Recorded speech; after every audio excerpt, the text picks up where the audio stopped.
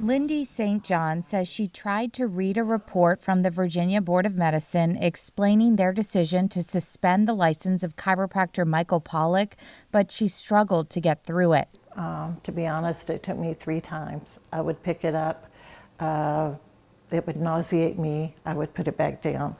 A quorum of the board made the decision in February, saying they had concluded that a substantial danger to public health or safety required them to take action against Pollock.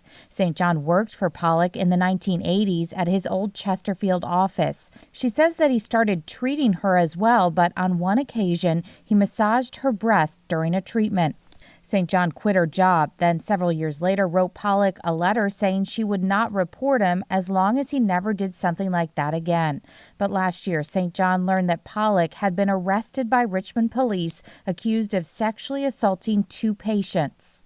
She then reported Pollock to the board along with 8 other former patients. Pretty much I see the same pattern over and over and over. That pattern, according to the board's report, sometimes involved Pollock telling female patients that he wanted to check their alignment and then asking them to bend over and grabbing their hips. On at least one occasion, the report states Pollock pressed his body up against a patient from behind while she was bent over.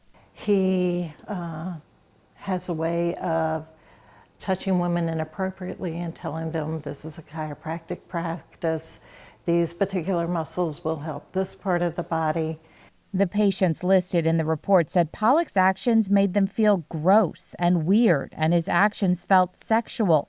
2 of the patients immediately went to the police, and Pollock currently faces 4 felony sexual assault charges in the city, where he is scheduled to go on trial in May. But the other patients' allegations range from the late 80s to the very same day the women who pressed charges allege he assaulted them. Dr. Pollock has a great personality. He brings out his Christian faith. I think he makes victims trust him, and I think he probably uses his chiropractic practice as a maneuver, to be a sexual predator. Among the patients who have come forward to the board since Pollock was arrested, a former family friend who claimed Pollock engaged in sexual contact with her when she was a 15-year-old patient of his. According to the report, she alleged that during treatment in the year 2000, Pollock said she had a cerebral spinal fluid imbalance and then placed his fingers in her mouth with one hand while placing his other hand on her vagina. She said he then moaned deep sighs and appeared sweaty while applying pressure to the roof of her mouth with his pointer finger. Unfortunately, I feel like the Board of Medicine could have stopped this a long time ago.